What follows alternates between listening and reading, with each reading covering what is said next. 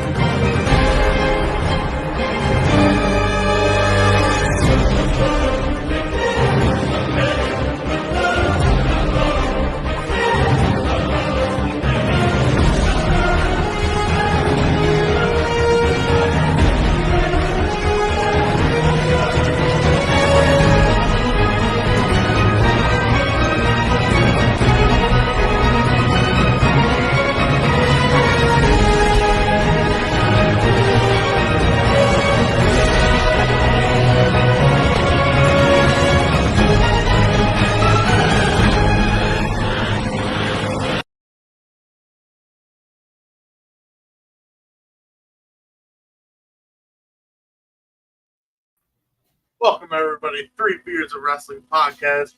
I'm your host, Shane. Below me now is Adrian, and below Adrian is Brian General Kiesel. What's up, guys? How's it going? Oh, that was a sick intro. I like that intro. Hell yeah. That was very we lost Adrian for a second. Yeah, the intro is pretty good. At least we still got the picture of me kicking you in your face. Right in the face. You know, I still feel it. So, Yeah. you know. So I guess while Adrian is, having technical difficulties, we'll go over about this weekend. What's going on this weekend? Well, first you're getting married this weekend.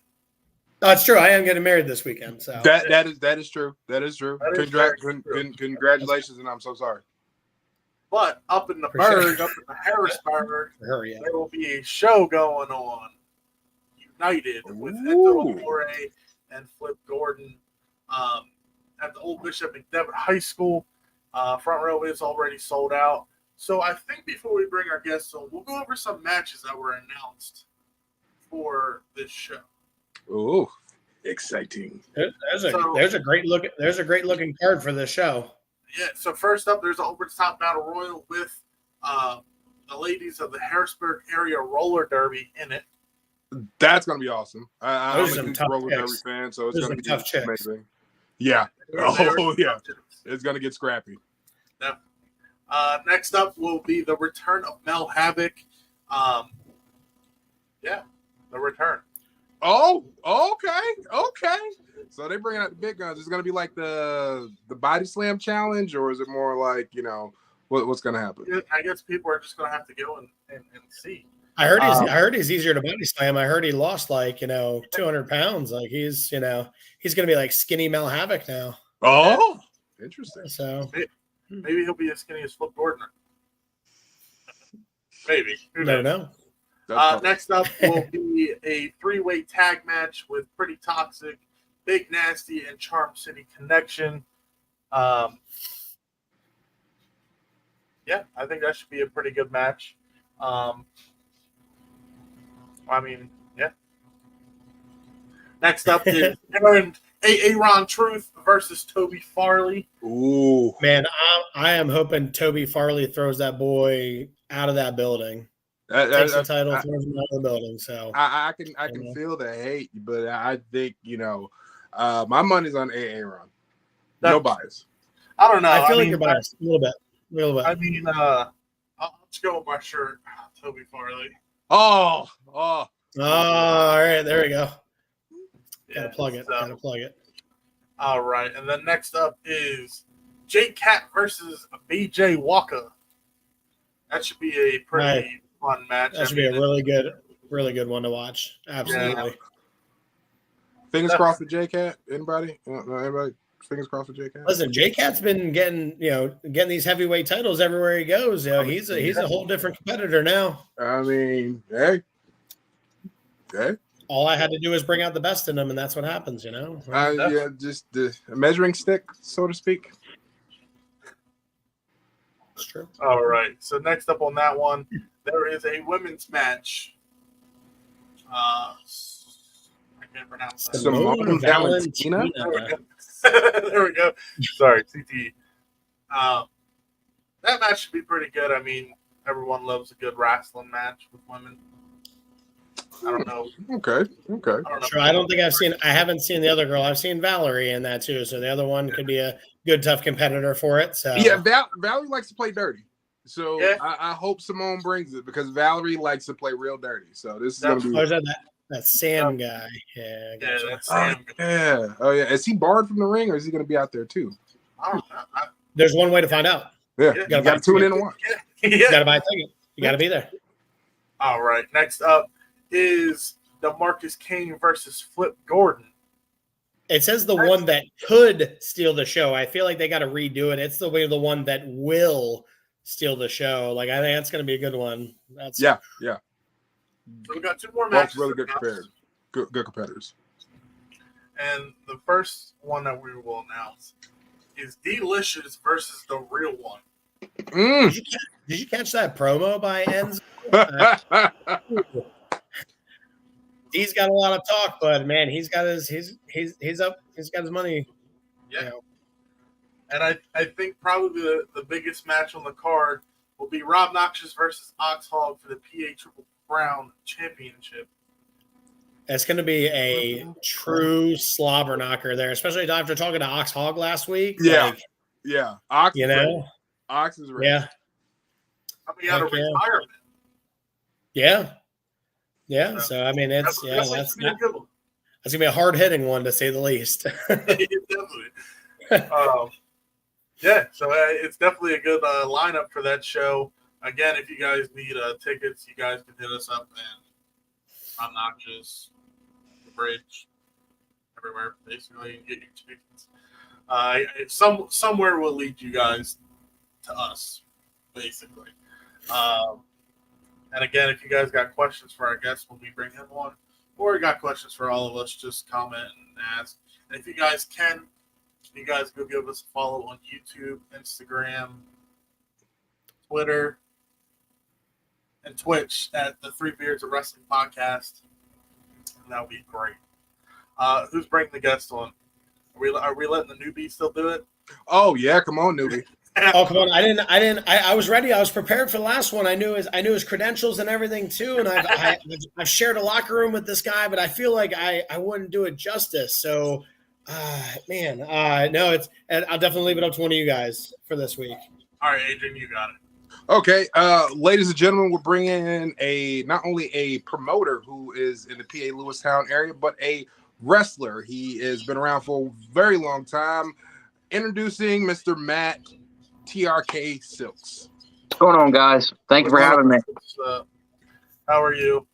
I'm pretty good, man. How are you guys? I'm overweight. He's overweight. I'm tired. I'm tired too, man. Adrian, so you know. Hi, Jason. Thank you for watching, Jason. Hey, Jason. See, I told you Bentley would just get us over. Like that's the cue. We put the baby in it, and we're over. Exactly. If I knew that, I was going to take a great. picture. I'll take a picture of my kiddo and send it to you. I got you. I Hey, congratulations on the marriage there, General Kiesel. That's pretty awesome, man. Congratulations, brother. Appreciate that. Thank you. I mean, if we put Adrian's kids on there, we're going to have like a 20-minute video. There's only great. two. There's only two, allegedly. Really gets another phone call. Yeah, still waiting on the DNA test to come back on the rest. Jesus. Dear Lord. So I say let's hop right into this. We'll start easy with you, Matt. Then we'll get tougher. So how'd you get your start in professional wrestling? Got my start in pro wrestling meeting Dylan Freimeyer at a indie show, or not an indie show. No, it was a live WWE show at the Hershey Center, I want to say it was. And he knew that I was a backyarder at the time. And, there was some solid fans at the time. There was no promotions around here at that time. He introduced me to Rob Noxious. Rob Noxious came to Lewistown to pretty much start school here. And, he had pre-existing stuff, Fort Noxious and Harrisburg and stuff like that. And he's been doing it for a really long time. But we had a big group of people, you know what I mean? So whenever he come up here and started training in 2011, it was a different time. I'll tell you that right now. Very, very hard, very structured training. But it's what a lot of guys need today. I think if guys had the type of training that I had, Malcolm King, them other guys, I feel like there's a lot of guys be weeded out, if you get what I'm saying. But, Rob gave me my start. Dylan, Rob and Dylan, I'll always be able to say, those guys gave me my first shot, worked in CCW up in, Lebanon, every one of them, Rutherford, Marysville. It was a great time, man. But different, very different. So. Definitely was different. So you said with being a promoter and that too, like I always tell everybody in every show that I'm at, I'm like, if I'm backstage, I'm like, I do what I'm told. I go with the storyline I'm given. I do exactly as I'm told. And I'll hear people say like, I could be a promoter. I could promote. I could do that. Man, there is not a snowball's chance in hell I could fit in some of the shoes of these promoters. What are some things you run into, like going into your own show and stuff like that too, that you run into, that you see a lot, whether they be good things, bad things, Actually, we just had our biggest show of the year this past weekend. Not this weekend we're in, but last weekend. And it's normally something that draws 250, almost 300 people, and we don't have names. We haven't really brought a name in yet. We've only been in around 3 years of work right now. And that was our third anniversary. But it was the latest house we've had. I think that we only had a count of like 110 people. More tickets sold. Some people just didn't show up. I guess the things that I would run into that I just wasn't expecting are the trans stuff with some guys. Especially the guys that are traveling a significant amount of miles to get here. And I get it. If anything, I get it 100%. I just wasn't prepared for something like that. I am now. So that's the first thing that I ask now. It's the first thing that I go to with the wife is like, hey, we got to make sure we know all this information, because the worst thing that can happen is at the end of a nice house, good or even a bad house, someone come to you and I was shorted. You know what I mean? And we've only ever had that one time, out of the 3 years that we've been running, but we made it right. I don't think that there's anybody that you could talk to that could say that they were treated, bad here. I think that what we do is different. You know what I mean? I think from Seven Mountains and HWF it's night and day. You know what I mean? The personalities are different. The stories are different. I always say that, like, I take wrestling too serious sometimes, and I need to remember that, like, some stuff is actually supposed to be fun. It's not all supposed to be serious all the time. You know what I mean? So like we did the Southern Mountain show with Jack Vaughn, and that was just a different experience. It was fun. I thought he would be different. You know what I mean? I thought that he would have been like real chatty because of seeing his videos and stuff. Real calm dude. You know what I mean? Which was different, but that's just the way it is from these guys and their characters. He's a really good character. You know what I mean? But being a promoter is definitely not easy. You know what I mean? My wife and I've been learning the hard lessons day by day, but I just go by the banner. I don't know shit. You know, I'm just trying to learn day by day. Yeah, I mean, and it is tough. A lot of people, you talk about that, you know, travel happens, weather happens, life happens, and stuff like that too. And it's, you know, as a promoter, how you have to adapt to that on the fly. I mean, I see a lot of these guys that do it and they're calm and cool and collective about it. I think I'd be, you know, thank God I have no hair, because I'd probably be bolder, kind of thing. Yeah. So yeah, you deal with a lot of different personalities, that's for sure. And a lot of people, like, and us as talent, we don't think that. We don't think, well, the promoters dealt with probably about 50 million things like trying to be changed. Well, what if I wasn't supposed to lose tonight? You know, you get some guys that are like that. You know what I mean? Then you got other guys that really are truly into it for themselves. And, you know, there's nothing wrong with that. It's business, what you got to be like that. But I got some guys here that have been able to show me some lessons and be able to, like, help me. You know, Jason Havoc's in here with me, and I've learned a lot from him. You know what I mean? Just by the way things can, you know, bob and weave, and how you can control the narrative. You know, this is something that these guys can't come in and tell me what they're going to do. You know what I mean? And I got to be able to not be a pushover.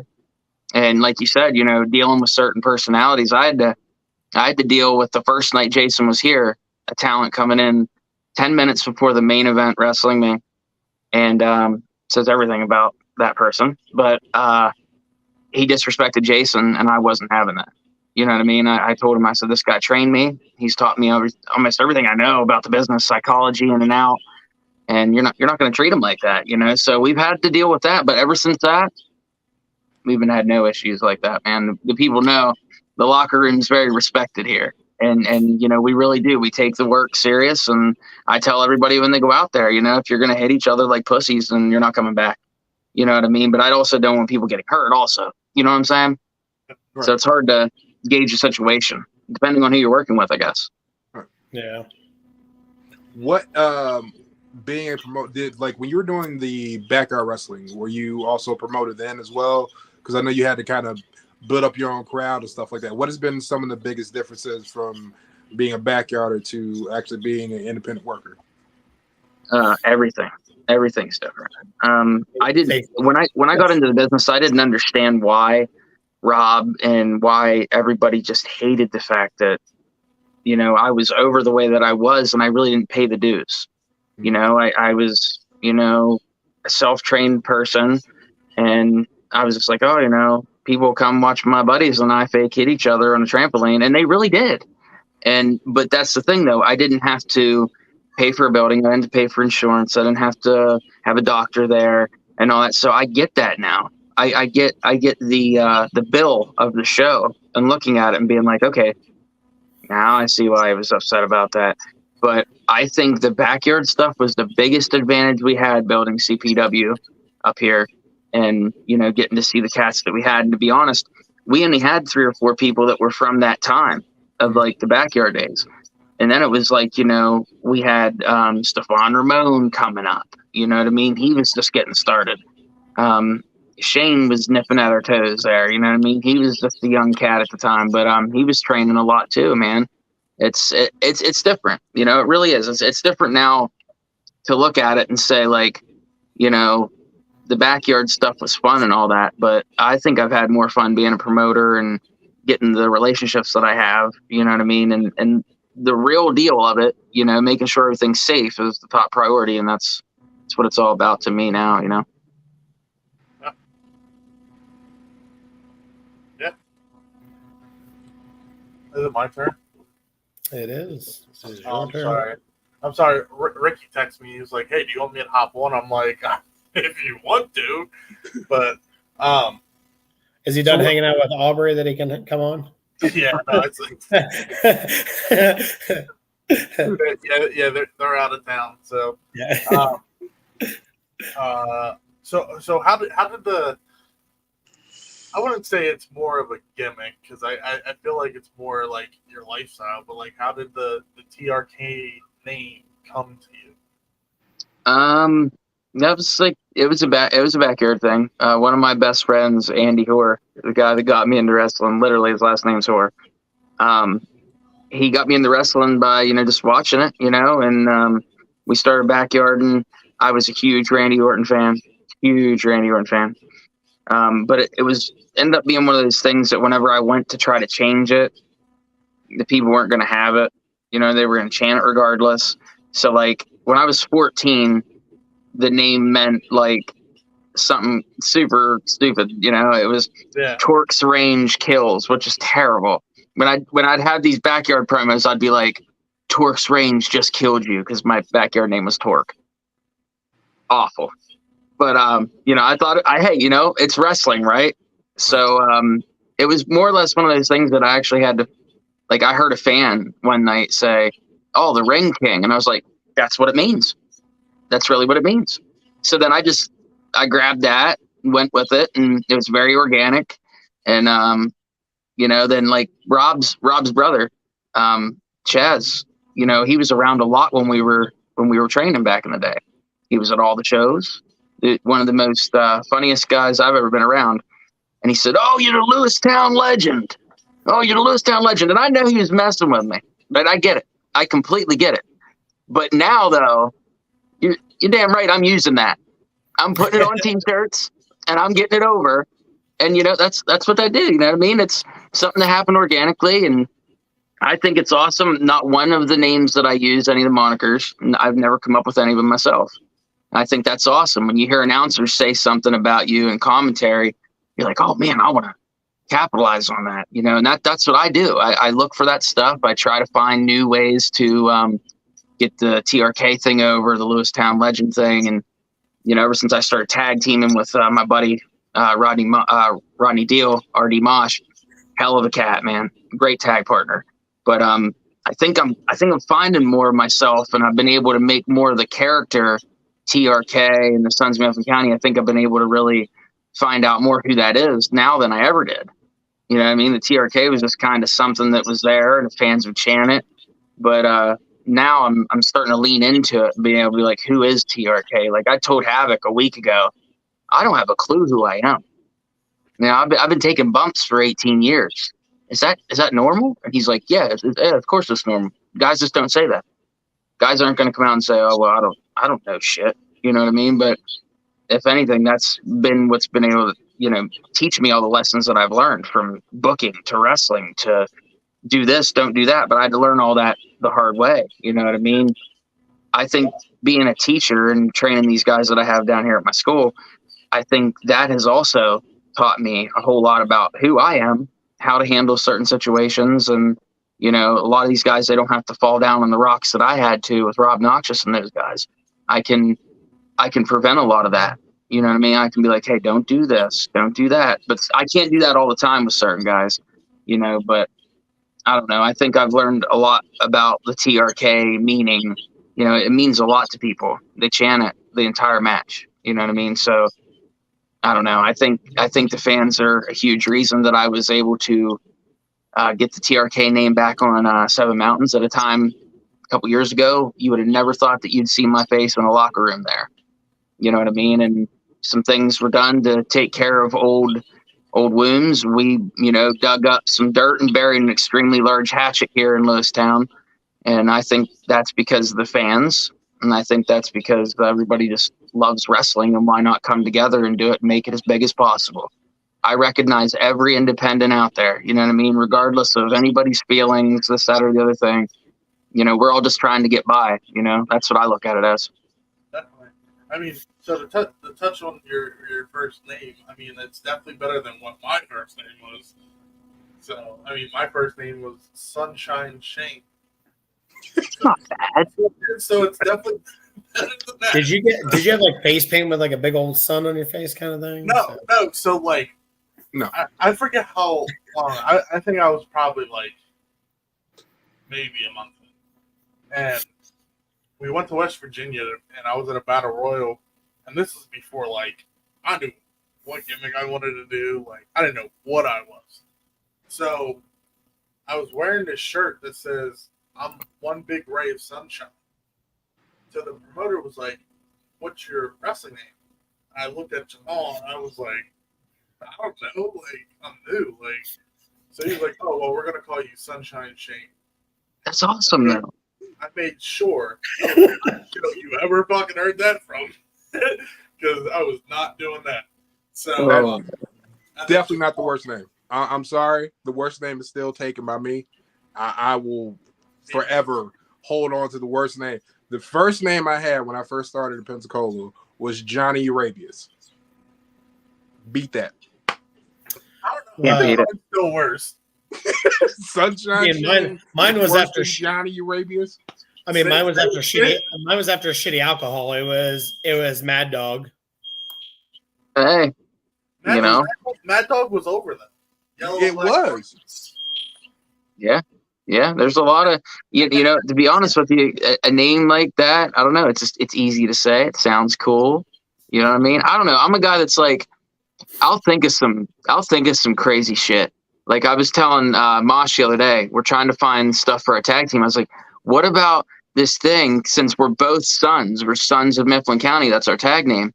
What if like we went out and our manager Pitchick was like, you know what's hotter than the sun?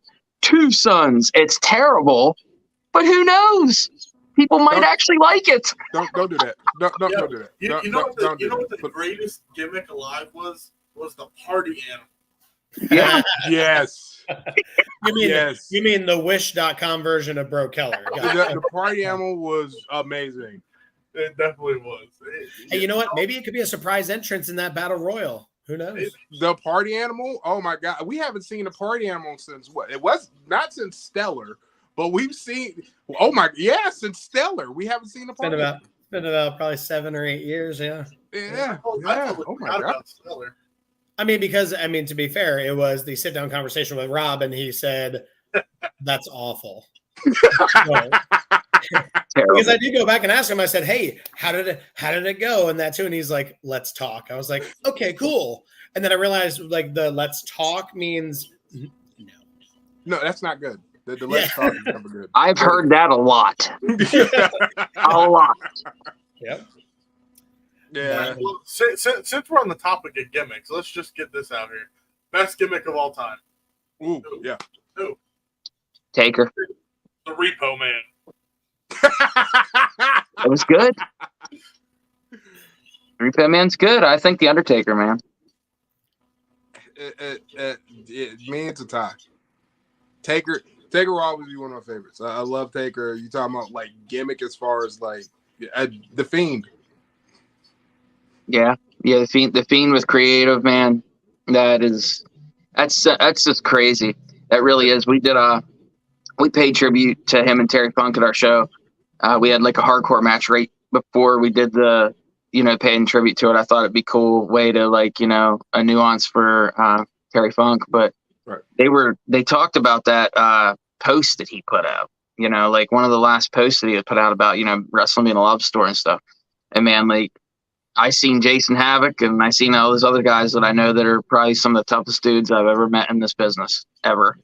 And seeing a guy like him even be worked up by it, it's like, man, it just shows you, we didn't know this guy. We didn't know Bray Wyatt. You know what I mean? But we seen him on TV and we know what everybody's trying to do to get there. And what a breaking heart, man. That was just terrible. We did a podcast. It was like 5 minutes after we found out, like we were in the chat like this. And we found out about it. It was like a terrible thing to start off with something like that. But like, the Fiend's character, man, that is some of the craziest stuff I've ever seen. Oh yeah, creative genius. That man was a creative genius. It was fascinating. Like I don't know if you guys go through this. Like as a worker, you don't watch television wrestling as much as you did because you see a lot of the flaws and stuff. You're just like, so it becomes annoying.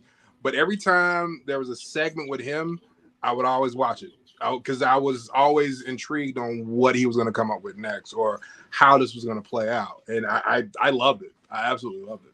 How did you guys feel about the thing that they did with John Cena and him whenever we didn't have no fans at WrestleMania?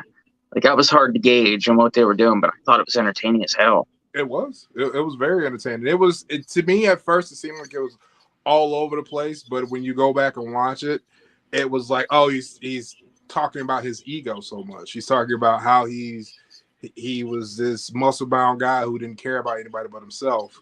And I was like, oh, okay, that makes sense. It was incredible. I loved that. I don't know. I think a COVID situation we had to get that match and get the cinematic match we had with AJ and Taker. Mm-hmm. Like, man, that had the edge of my seat, man. I loved that entire thing they did. I'm still Mark at heart. Yeah. So, like, I mean, I'm not gonna say I don't watch the newer wrestling because I do. Like, I just watched the pay-per-view, but I like to watch the older wrestling. You know, yeah. WCW and Saturday Night, the territories. You appreciate it more. I like watching that stuff just because, like, I mean, it definitely shows you like less is more in the business, but it also shows you like how mad fans would get.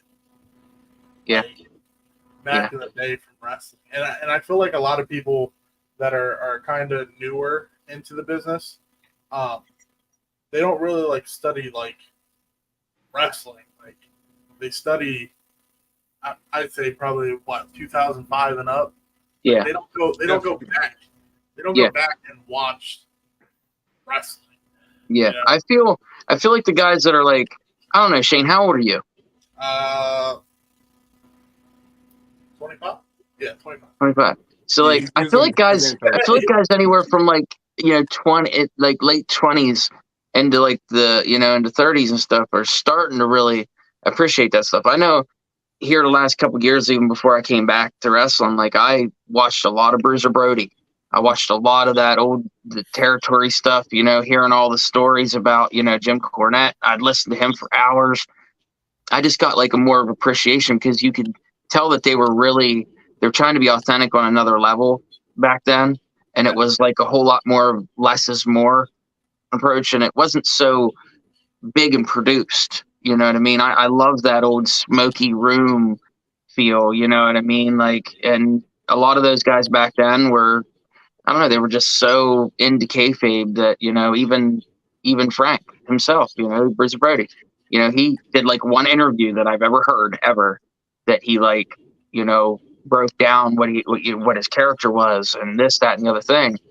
I don't know. I appreciate the old school wrestling, and I've been trying to like even show that more, like my presentation, like, and going out of town, doing other shows, like using Leonard Skinner music, going the old school route, just working differently, not trying to do so much stuff, not some, the high flying stuff, but that's all I used to do.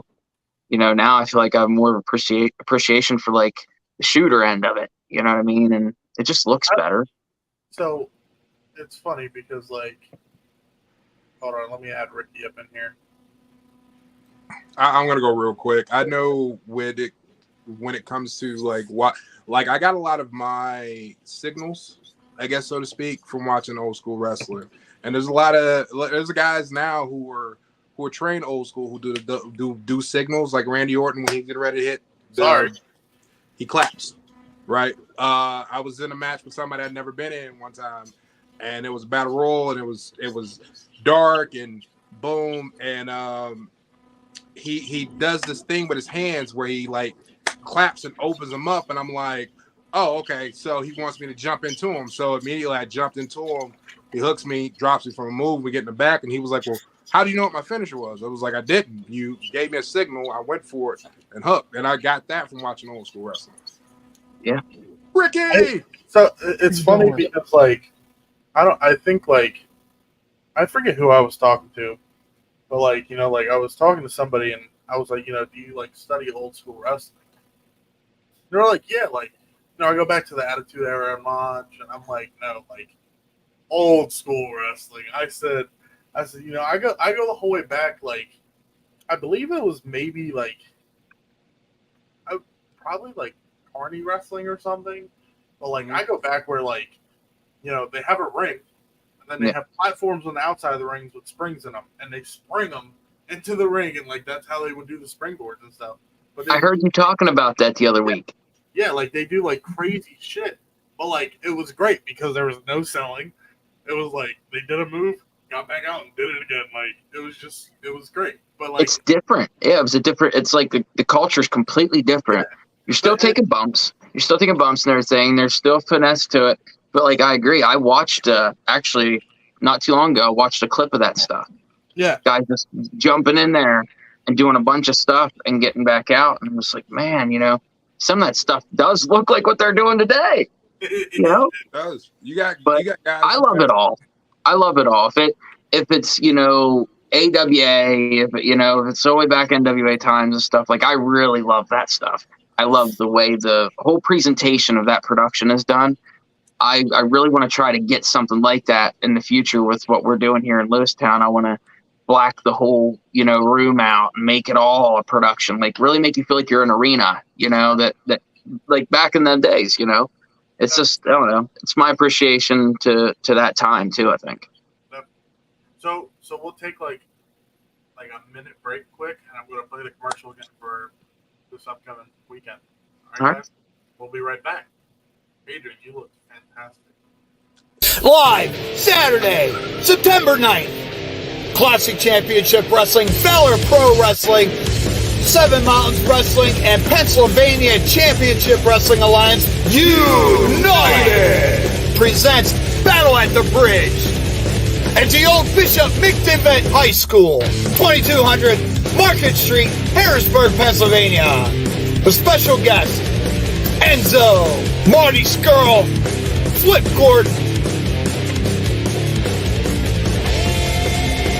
Front row is already completely sold out.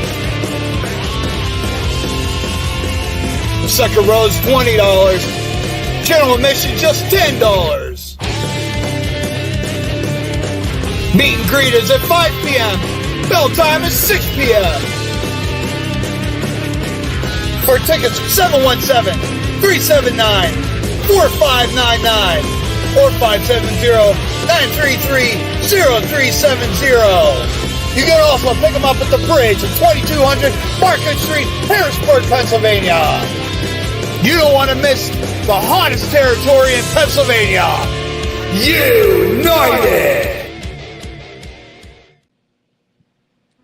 What a commercial. And if you guys noticed, there's so many companies coming together for this show.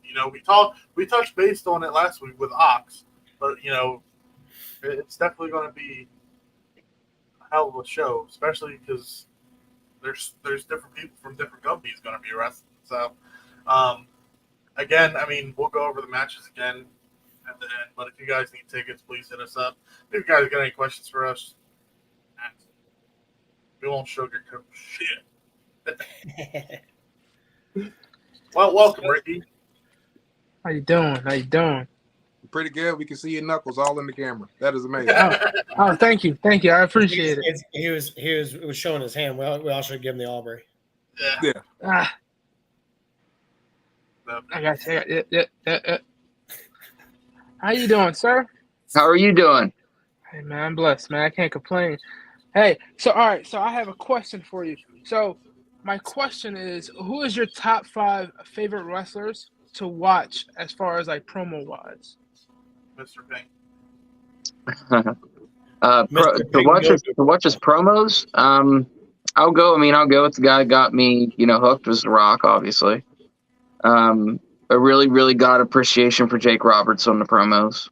More because he could talk, loud and then, really go soft and pull you in and make you really want to know what he's talking about.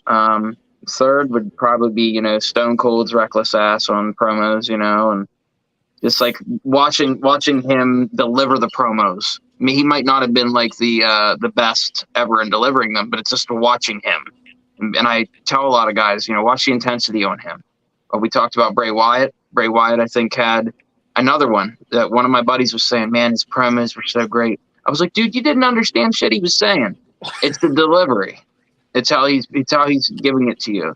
You know what I mean? And that's what makes you care about it. I could care less what he's talking about. You know what I mean? But like, he made me feel what he was talking about. The fifth one would probably I don't know, man. I love watching Mach. I love watching Macho Man Randy Savage do promos. But my all-time favorite's The Rock. The Rock was just, man, so flawless in his work. Still so flawless in his work. So I got a question, just because we were talking about gimmicks and shit quick. So I hear a lot of positive and negative things. What are your guys' thoughts on LA Knight? I dig him. That dude is Yeah. over. Yeah. I was on the field yesterday with special needs kids playing football, and every single one of them guys were yelling, yeah, with us, you know. So can I see The Rock in them? Yep. Can I see the Stone Cold in them? Yep. But we can see all that in everybody else. You know what I mean? You really can. It's really obvious with a lot of stuff. I like to go back to the thing of, flattering somebody by, trying to do something like they did it. You know what I mean? Like, to me, I think it's cool shit. I love LA Knight. I really like I said, the delivery on everything. And I think that if he would have been given this opportunity 10 years ago, the whole landscape right now would be different as we know it, I believe. If he would be allowed to do what he's doing right now. I liked Eli Drake too. I really did. I did not like what they did with him when he was a manager, but he still made it work. He's just a really entertaining cat. As an older guy, for me, seeing someone of the same age doing it on a bigger screen, on a bigger stage, who came in and they were like, "Oh, we're gonna make you a manager," and then kind of go, "No, this guy's too good of a worker. We're gonna leave him, let him be a worker." And seeing him deliver the way he's been delivering it's inspiring. So it is. It's actually kind of it's refreshing because he is an older guy, and we know how things are going with older guys in WWE. You know what I mean? You're probably going to get seen at the age of 40 in AEW before you're going to get seen in WWE at that age. You know what I mean? Unfortunately, but I don't know. I kind of get everybody's arguments with the whole thing with LA Knight, but myself, I really dig it. I think one of the things I really like that they're doing right now is like what they're doing with Dom. I think Dom is like one of the most over heels right now. Yes. And I think it's great. I mean, did you guys watch Payback at all? I did. I was there. Oh yeah, I forgot Brian. Oh yeah, Brian, you were there. But I will tell you though, like just the heat he got and stuff like that too, and he didn't do much anything. Made 2 saves, and out of that 2 saves, didn't even have to work. And he was the most hated person in that entire arena. Like made 2 saves and busted Kevin Owens open. Yeah, I don't know. I dig it. I think he's smart, very smart. I think like it's great. Like he's hated everywhere. Like and it's not because and I think he's away from the dad stuff. I think he's away from the thing with Rey Mysterio, because I look at it as like I don't hate on him now just because of that. Like I think he's just a douche. You know what I mean? But he does it so well, and like I appreciate it, man. I think it's awesome. Yeah, he's hanging on his own. Yeah, I definitely think he definitely got the heat. Yeah. He is definitely over, and he's definitely doing his job that he needs to be, because he's definitely over. Yep. So, sorry to get off topic, but I mean, it's not really off topic. No. Yeah, it's still wrestling, man. So I got a question. So if you were to be able to run back a match, be able to run it back, even do it better than you did the first time in that too, what's a match that you would go back and do again, and why? Why would you do that particular match out of all the matches you've had? One with my trainer. It's easy. With Rob. When I wrestled him, I think it was 2013, maybe. I can't remember the year. I was not me. I was not in the place that I should have been. He was really excited for that match. You know, you guys all know J Money. You know, he helped very, very big instrumental role in helping me, know what I know. But he had told me, he said, I'm looking forward to this match, and I haven't looked forward to a match like this since Money. And that was a really, really big compliment to me. I thought, like, wow, he really believes that I can carry this. We did the match, and it's very visible. I just let my students hear it the other day. I'm getting ready to be Irish whipped, and there was something I had messed up. I can't really remember what it was, but he's like, I just can't believe you blanked up, and I was just, I was defeated after that. I was like, oh shit, I let my trainer down. And we go through with it. We recover everything. It's not like, and there was no you effed up chance or anything like that. I just feel like he deserved a lot better. He deserved a whole lot better. What the way that I took the business back then. I was kind of on my way out when we were doing that match, and I think now I look back at it, I'm like, man, I had no idea how good I had it. I really didn't. He was the first win I had in my independent career, and like a main event scale thing here in my hometown, and he just laid the groundwork out for me better than anybody could have done it, and that's why I have so much respect for him. But I want to do it again also now, because I feel like, I'm a little bit older now. I don't think there's as many eyes on me now as what there were when I was younger, but I just want to be able to show them, like I was away and I came back, I'm taking this seriously, and I want to give you what I should have been able to give you years ago. I don't know if we'll ever really be able to do that. I don't. But at the end of the day, that's the first one that I think about. There's others, but that's one to me that is like, if I could make it happen, I would make it happen tomorrow. Awesome. I remember I only faced Rob one-on-one once at ACW, and I was nervous as all hell. And he's like, relax, we're going to be just fine. And I'm like, yeah, but like, I'm wrestling you. He's like, I don't care. And I'm like, he's like, we're gonna go on, we're gonna have fun, we're gonna tear this down, and it was a damn good match. But I feel you on that same conversation. Yeah, it's a lot, and like I look at my guys. A lot of my students have had matches with me, and some pretty big. It's big opportunities to them, and when they're working with me, if they mess something up and they're able to recover it very well and still make me feel good about it, I'm like, man, these guys are doing something better than me already. You know what I mean? They're already outshining me on something like this.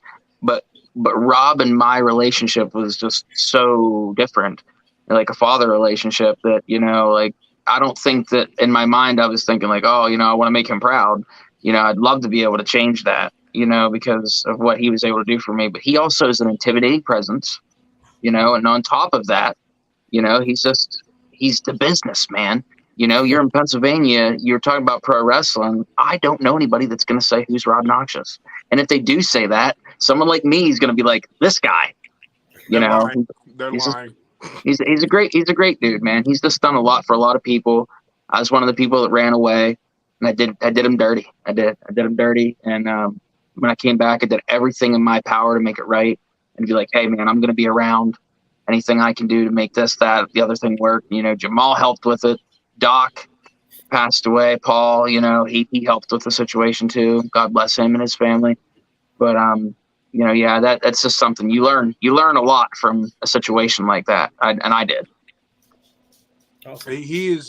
Rob is probably the only person I've ever wrestled consecutively that could make me break in a ring, like, in character, in gimmick, and he will say some of the silliest shit. Yeah.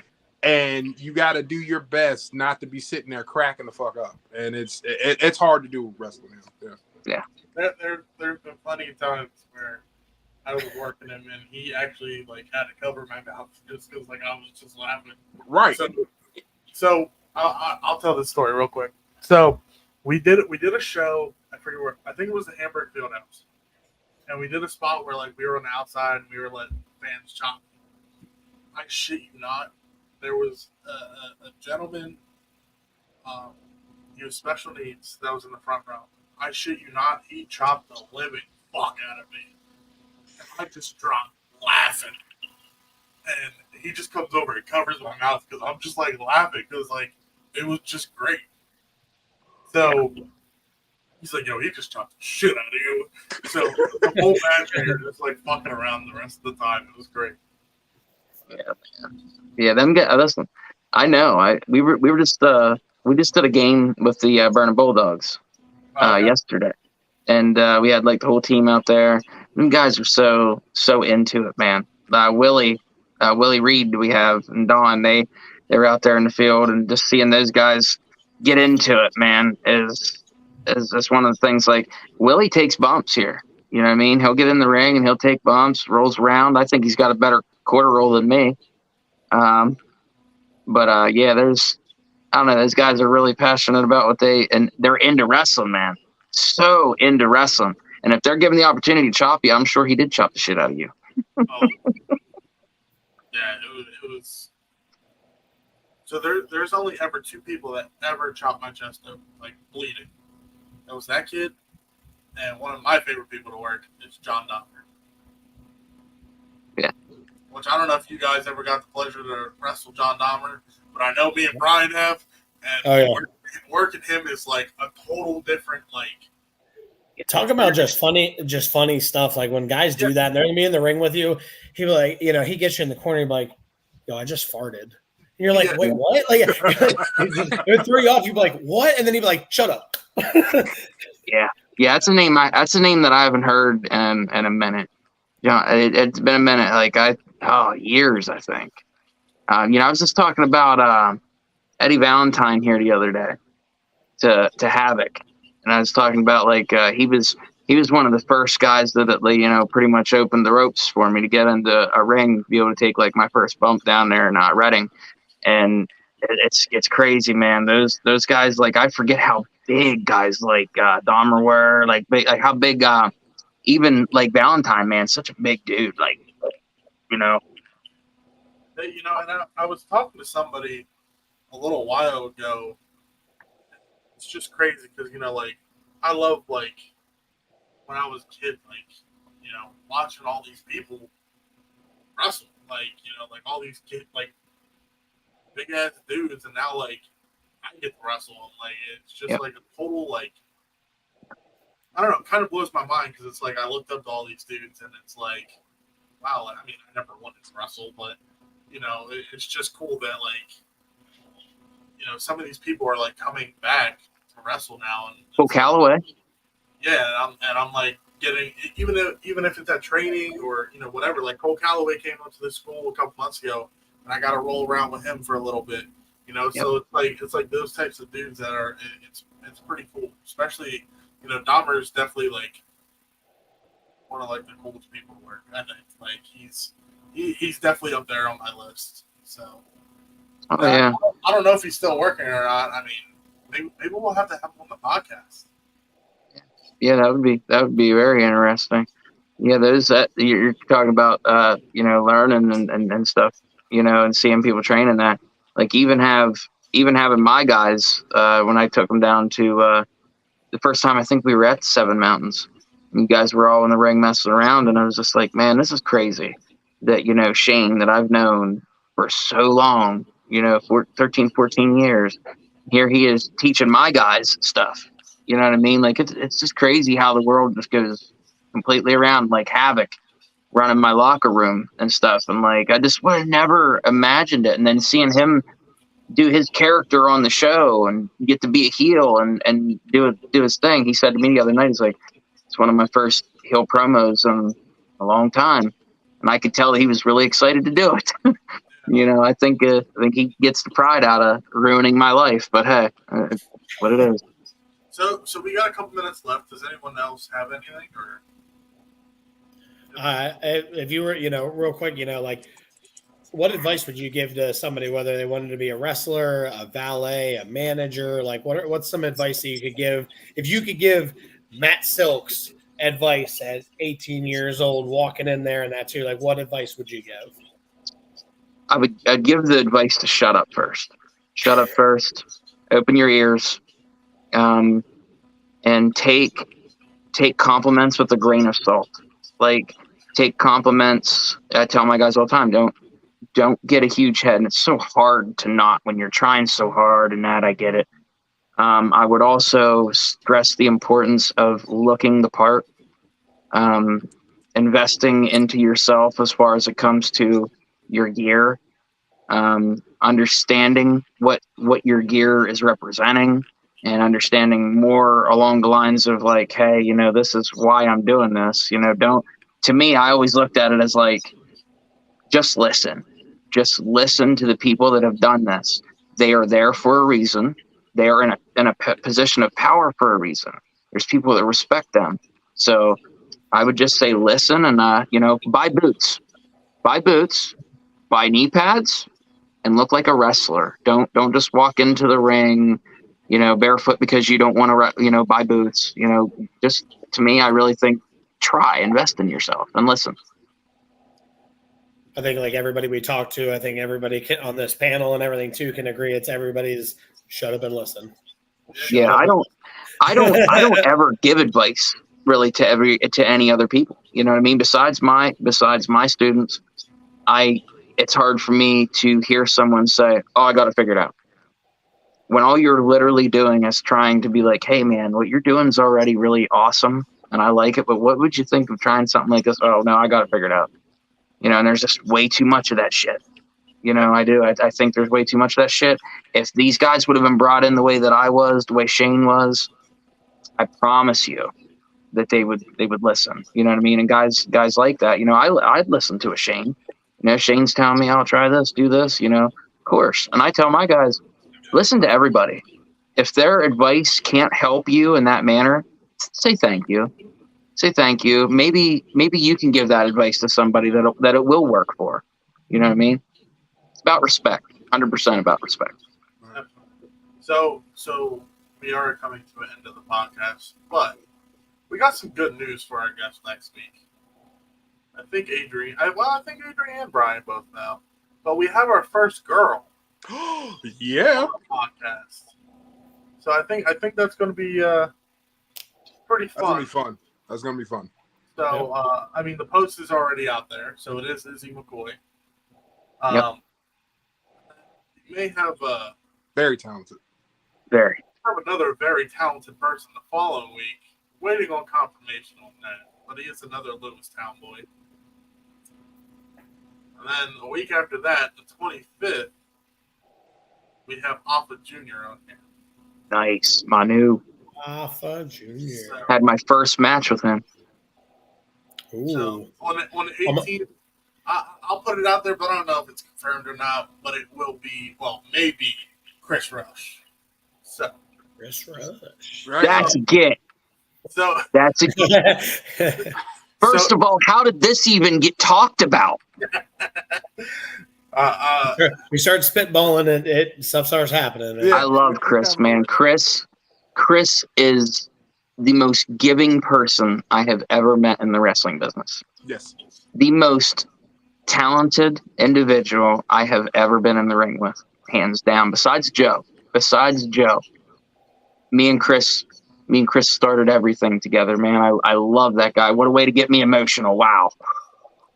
Yeah. And he's a preacher. He's a preacher now, Yeah. He's a preacher right here in Burnham. I'm so proud of Chris. I'm so proud of him. God bless him. He's doing big things. I wish he didn't hang it up because, man, he was definitely a gift in the ring. Like he was very good. But so fingers crossed that we definitely get him for the 18th. But next week, 7 p.m., we'll have Izzy McCoy on here, our first girl on the podcast, and hopefully not the last. I don't think it will be. I don't think we're that bad. We're not scary. We're honest, but we're not that bad. Matt, you're going to get covered up here for a couple of seconds. Remember, guys, this upcoming weekend at the old Bishop McDevitt High School, United, where Enzo Amore will be there, and one of the matches is the Overtop Battle Royal with the girls from the Harrisburg area roller derby. Next up is the return of Mel Havoc. Take his hand and be free. Yeah. One of the matches is Charm City Connection versus Big Nasty versus Pretty Toxic. Yeah, so that should be a fun tag match. You know how tag matches go. They're fantastic. Next up is Aaron Truth versus Toby Farley. Again, that should be really good. Next up is J-Cat versus BJ Walker. And then we got the girls match with Valerie and Simone. Gotcha. I just want to make sure I pronounced it right. Next up is DeMarcus Kane versus Flip Gordon. And then following that will be Delicious versus The Real One. And then the last match to announce is Rob Noxious versus Ox Hog for the PA Triple Crown Championship. So it's going to be a pretty big show, guys. And again, I won't be there. I'll be at one of my boys' weddings. I'll be a little preoccupied, but definitely still go out. Definitely still go out, support the show, be there. It's big things, man. Big things happening with United. So, and this is just the beginning of it. So, absolutely. Thank you, Matt, for coming on. It was definitely fun talking and cutting the bullshit, like we always do. I mean, it's wrestling, or I don't know. People up there say wrestling, so it's wrestling. Got the wrestles, buddy. Yeah, hell yeah.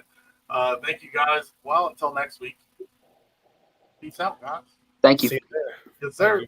Live Saturday, September 9th. Classic Championship Wrestling, Valor Pro Wrestling, Seven Mountains Wrestling, and Pennsylvania Championship Wrestling Alliance United presents Battle at the Bridge at the old Bishop McDivitt High School, 2200 Market Street, Harrisburg, Pennsylvania. With special guests Enzo, Marty Skrull, Flip Gordon. Front row is already completely sold out. Second row is $20. General admission just $10. Meet and greet is at 5 p.m. Bell time is 6 p.m. For tickets, 717-379-4599 or 570-933-0370. You can also pick them up at the bridge at 2200 Market Street, Harrisburg, Pennsylvania. You don't want to miss the hottest territory in Pennsylvania. United!